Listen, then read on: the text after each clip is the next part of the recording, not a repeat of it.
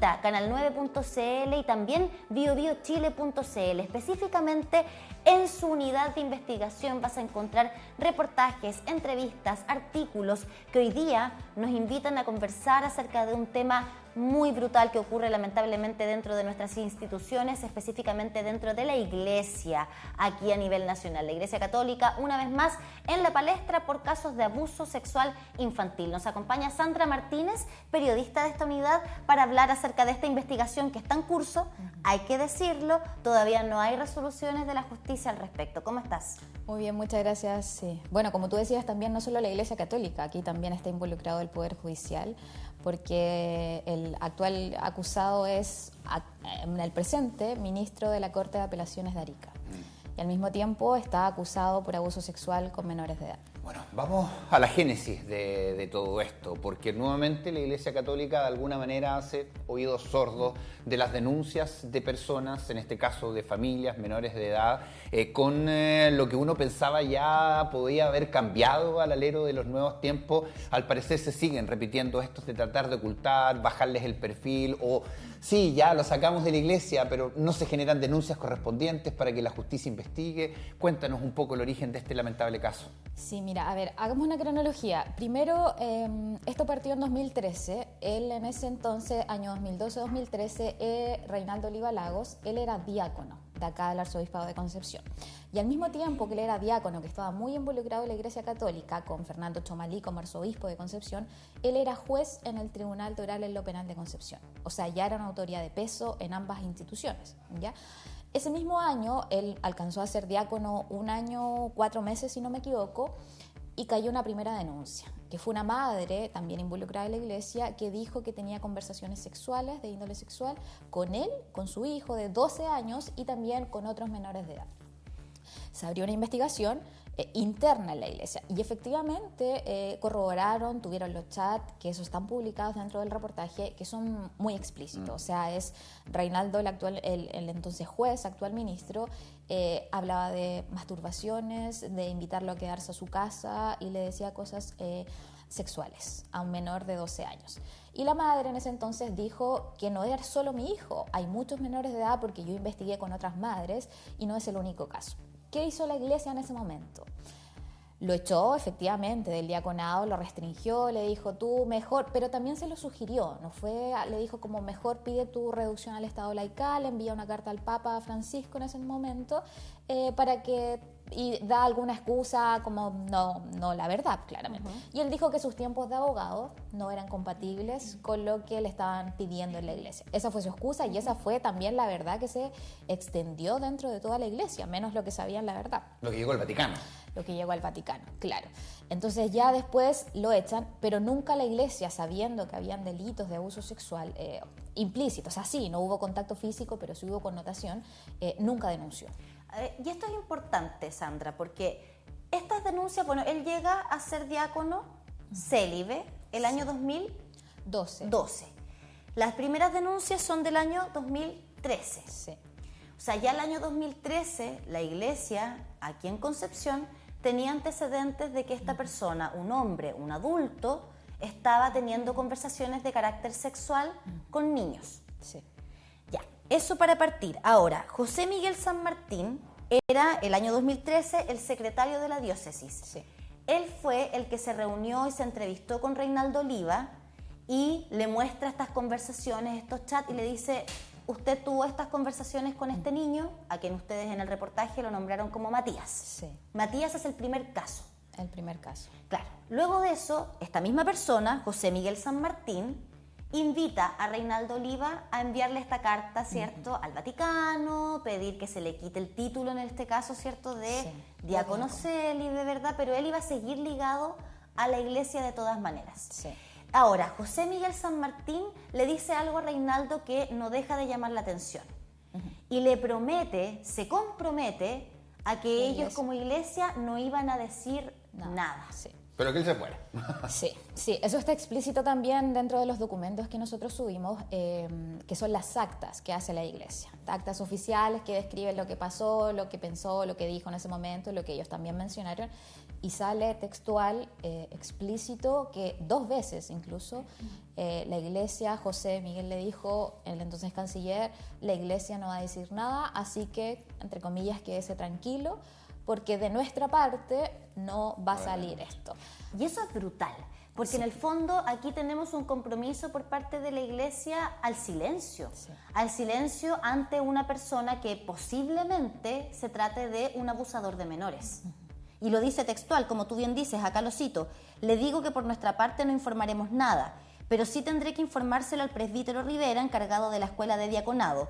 No tenga cuidado, pues nosotros no informaremos de esto y cualquier duda se comunica conmigo. Sí, ahora bueno, eso es gravísimo como tú mencionas. Él en su momento dijo que estaba muy preocupado, que esto le estaba afectando su salud psicológica, física, que él jamás había tenido intenciones de abusar de un menor. Pero como la Iglesia también le da esa confianza de que ellos no van a revelar nada, de que no van a contar, de que mucho menos nunca lo iban a denunciar a Fiscalía, al Ministerio Público, él, entre comillas, vive tranquilo. Y vivió tranquilo durante 10 años, bueno, hasta la actualidad, digamos, Sí, hasta que se hasta que publicó lo la llamaste. nota, hasta que lo llamé, porque después llegó otra denuncia de abuso sexual. A ver, para hacer la cronología. Ya, la Iglesia no hizo nada en 2003. No lo denunció, dijo que no iba a contar lo que estaba pasando y efectivamente lo hizo. Guardaron silencio durante 10 años. Incluso asesorando a una de las madres. Sí, e incluso asesoraron, o sea, le dijeron así como, es libertad suya si usted quiere denunciar al Ministerio Público, pero nosotros no podemos hacer nada porque es decisión suya. Y la madre tampoco sabía mucho, me lo confesó también acá cuando nosotros la llamamos, que ella no tenía mucho conocimiento de lo que se hacía. Además era muy católica. Era muy Convengamos católica. que 10 años atrás la figura de abuso sexual Sí. infantil no era algo, un tópico recurrente en Chile, no era algo de lo que se hablara mucho menos se entendía que una conversación a través de un chat de índole sexual constituía abuso. Un delito, sí. No se comprendía eso. Probablemente esa madre dijo, ¿cómo voy a llegar yo con esta denuncia si nadie tocó a mi hijo? Sí. Y la Iglesia me dijo que no pasaba nada. Y la Iglesia al mismo tiempo, que era donde pertenecía a Reinaldo, fue quien asesoró a esta madre. Sí. Entonces todo ese juego que está ahí está mal, porque la Iglesia le recomendó que hiciera esto, que no hiciera esto otro, y la madre, que también era muy seguidora, muy creyente, en la Iglesia, por supuesto, hizo lo que la Iglesia le recomendó, que fue... Y estamos Ahora, hablando. en esa época, perdón, fue el arzobispo de Santiago quien nombró como diácono. Sí, fue Fernando Chomalí, quien en ese momento Ah, estaba acá en Concepción y era el arzobispo. ¿Y él de qué Concepción. respuesta dio con respecto a este caso en particular? Él dijo, a nosotros nos dijo para el reportaje que se respetó la decisión de la familia de que no quería denunciar. Asesorada también por el. Nosotros le insistimos en que era un delito y él dijo, nosotros lo echamos y la familia no quiso denunciar. Tú dices, nosotros como unidad de investigación, Claro, nosotros como unidad de investigación Le dijeron al actual le arzobispo insistimos de y le dijimos, Santiago. pero independiente de que una madre no quiera denunciar, hay un delito. O sea, uno no puede ser cómplice de lo que está pasando independiente de que la familia no, Sí, claro, no quiera. claro. y ante eso la respuesta siguió siendo la misma. La respuesta sigue siendo la misma. Y esa es la crítica importante también, que claro, que de alguna manera se lo sacan de ellos, de sus filas, pero queda, digamos, este delito dando vuelta. Ahora, es interesante también analizar este concepto de poder, finalmente, porque aquí hay una relación de una madre con la Iglesia Católica que le creyó a la Iglesia Católica porque ella seguía esta fe o sigue esta fe. También se quedó tranquila por lo que le dijo la Iglesia, de alguna manera. Y lo otro, esta persona, este diácono, tenía una jerarquía de poder porque además era juez, era abogado, era diácono y además también podía tener una especie de influencias dentro de decisiones. Por ejemplo, en una de ellos de los chats que ustedes liberan de buscar un colegio. Sí, sí. Ahora, como tú decías, bueno, él ya siendo diácono, y también varios testigos lo mencionaron en sus declaraciones con Fiscalía, cuando se abrió la causa, de que él era una figura de mucho poder, era una figura de autoridad y que todos lo veían como un abogado de élite. O sea, él acá en Concepción era muy conocido. Y eso al mismo tiempo provocaba que los niños le fueran a pedir ayuda. Y no solo, sino porque al mismo tiempo dicen que él era muy simpático, generaba esa cercanía, que era más amigable, que los invitaba a comer completos, por ejemplo. Entraba por esos juegos, que está totalmente, o sea, no estoy a favor de lo que está pasando, pero era como para entender un poco la dinámica que él generaba, ¿Cómo o se sea, los lazos de ganaba? confianza. Sí. Entonces uno de estos niños, que también fue Matías, el de los chats, le pidió ayuda para entrar a un colegio católico acá en Concepción. Y él le dijo, sí, yo voy a mover mis contactos, voy a preguntarle al padre no sé cuánto, tranquilo, yo te voy a ayudar. Porque era su sueño, decía. Era su sueño entrar a ese colegio católico. Él quería hacer toda la enseñanza media ahí. Entonces él hablaba y él le decía, lo pudo ver, tío Reinaldo, pudo ver si puedo entrar al colegio. Y él, sí, ya, vamos a tomar una cerveza. A un niño de 12 años, estamos hablando. Sí, quédate en mi casa, celebremos, ¿cómo te fue en las pruebas? Tengo desayuno y ducha. Tengo desayuno. ¿Qué estás Yo dispuesto creo que a hacer? Y ahí hay varios... aquí lo importante también, Sandra, me parece recalcar que el tono de las conversaciones, y para ser súper explícito, perdonando quizás las susceptibilidades, pero claro, él le hablaba de manfinfla, le hablaba de cuántas veces te masturbas al día. Yo me masturbaba como 3 veces al día a tu edad. Sí. Quédate en mi casa, tengo ducha y desayuno. Vamos a tomarnos una cerveza. ¿Estás viendo una porno? Sí. Y ¿cuántas pornos ves? Y lo más grave igual fue que cuando él le dijo que quería entrar al colegio católico, Reinaldo explícitamente le dijo qué estás dispuesto a hacer y habló de insinuaciones sexuales. Y de ponerlo en una posición. Sí. En una posición sexual. Ahora, esta es la primera denuncia, Sandra, porque ustedes recogen en este reportaje otras denuncias donde sí hubo contacto físico. Sí. Eso, a ver, bueno, esa causa ocurrió en 2013, quedó archivada en la iglesia, él efectivamente se fue de diaconado, pero él su carrera judicial siguió ascendiendo, ya él nunca le pasó nada en 10 años. Y en 2023 aparece otra causa, y esa causa es muy grave porque efectivamente es un niño que dijo, ahora ya es grande, está adulto, titulado, es adulto, pero él dijo que a los 16 años, que fue en el mismo periodo que estaba teniendo estas conversaciones con otros menores de edad, Reinaldo Oliva lo había abusado. Y lo abusó de diferentes formas, pero aquí hubo contacto físico, hubo masturbación y hubo otras connotaciones sexuales que le hizo a él. Y lo denunció explícitamente. Y aquí, bueno, no para excusar a la iglesia, pero aquí lo contó a la iglesia y recién 10 años después, en 2023, la iglesia tomó la decisión de denunciarlo al Ministerio Público. O sea, tomó todos los archivos de la causa del 2013. Sí, pero ahí hay un pero, porque en 2018 hubo una incautación masiva acá en Concepción y en otras iglesias católicas donde la Fiscalía se llevó todas las carpetas de abusos sexuales.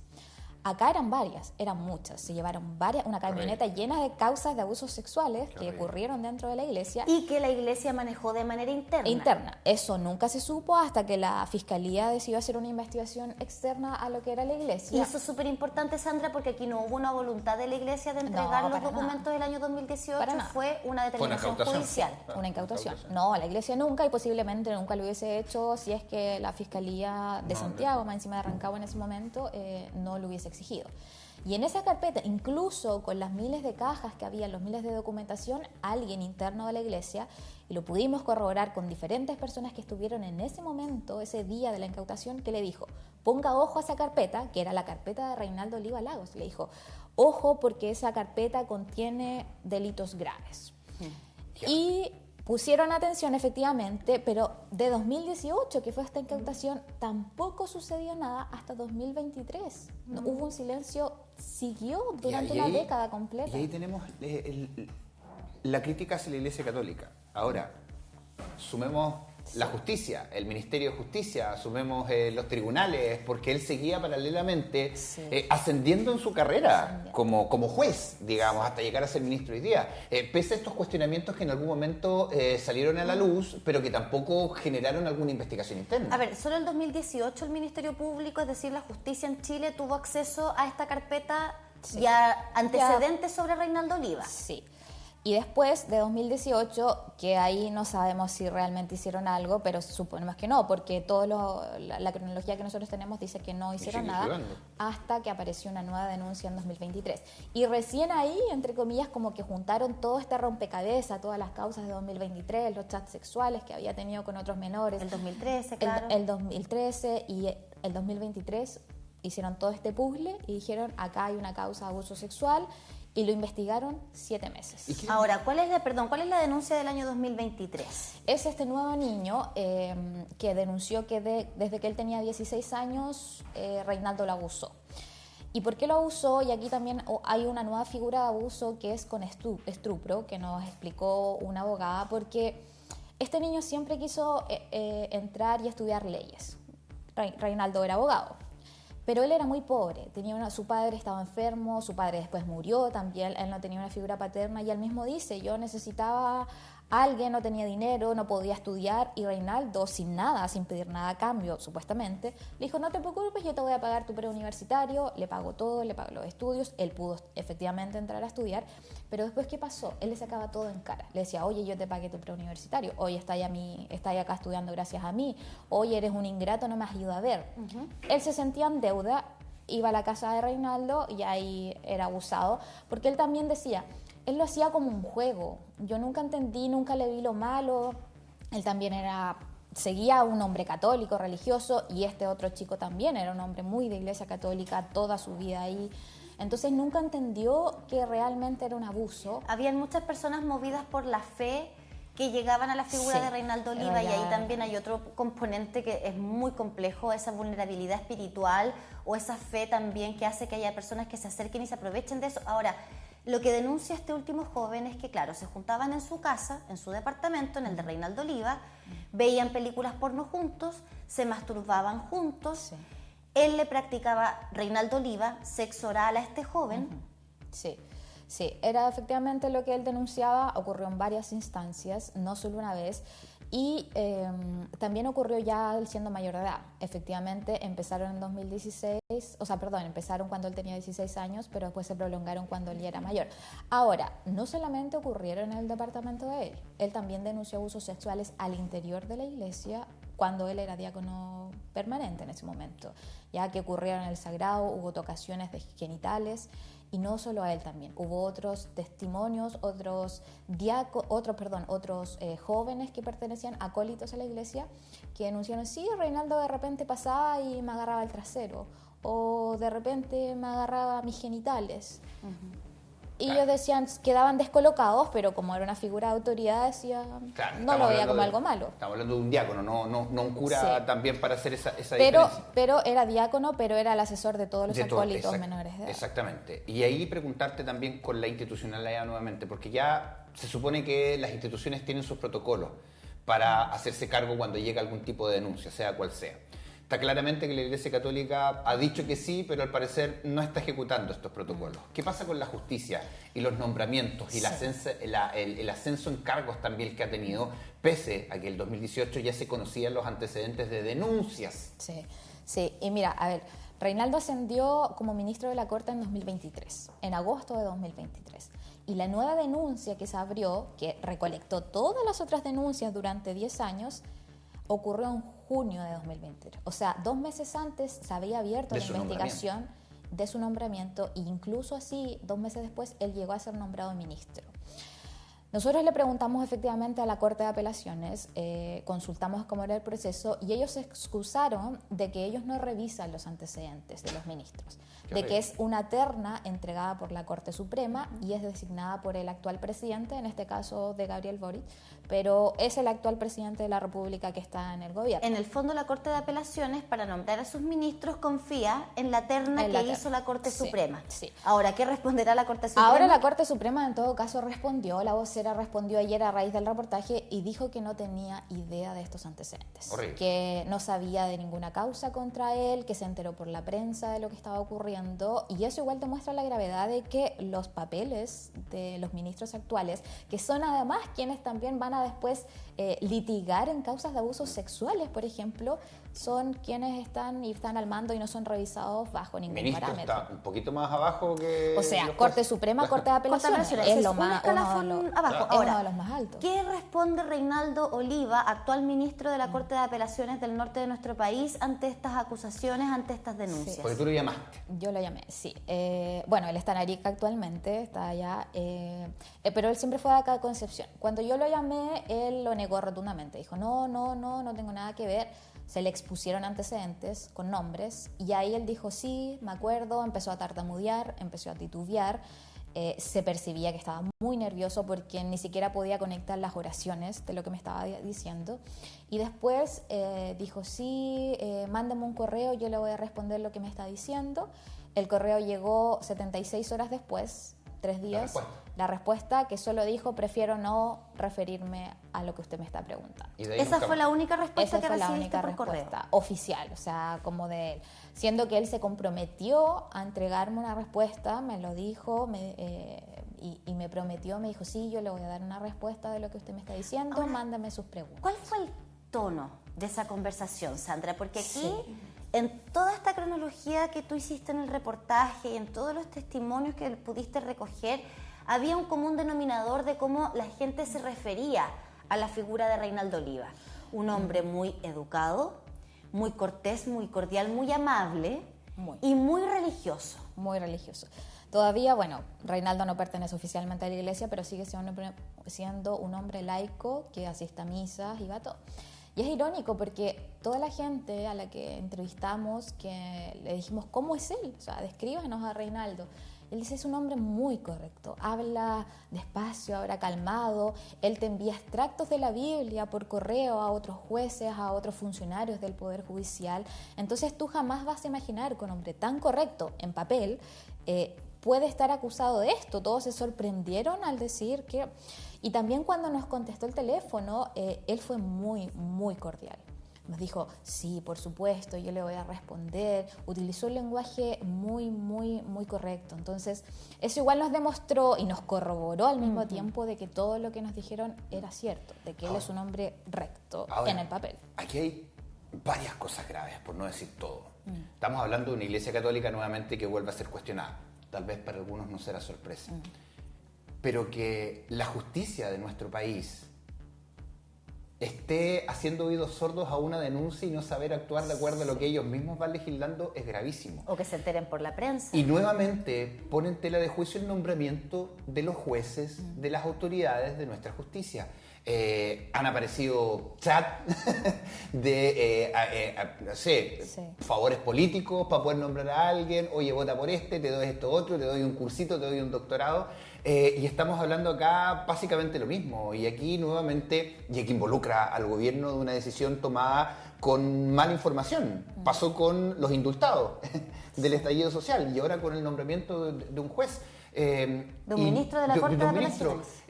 ¿Cómo se aborda ahí de eso? ¿Qué han dicho por lo menos desde la política también, desde el gobierno? La verdad es que han dicho poco y nada. La única persona que ha salido hasta ahora porque la encararon fue la vocera de la ministra. Sí. No, perdón, No. de la Corte, de la Corte Suprema. Y que mencionó que se enteró por la prensa. Ahora, la crítica totalmente es a cómo autoridades legislativas que están, entre comillas, igual gobernando en cosas judiciales, son nombrados bajo ningún parámetro. O sea, cuáles son los antecedentes que se revisan, y al mismo tiempo ni siquiera es algo lejano porque estamos hablando de una causa que se tuvo en Fiscalía, un ente que está ligado al Poder Judicial, el Ministerio Público. O sea, son entes que trabajan de la mano.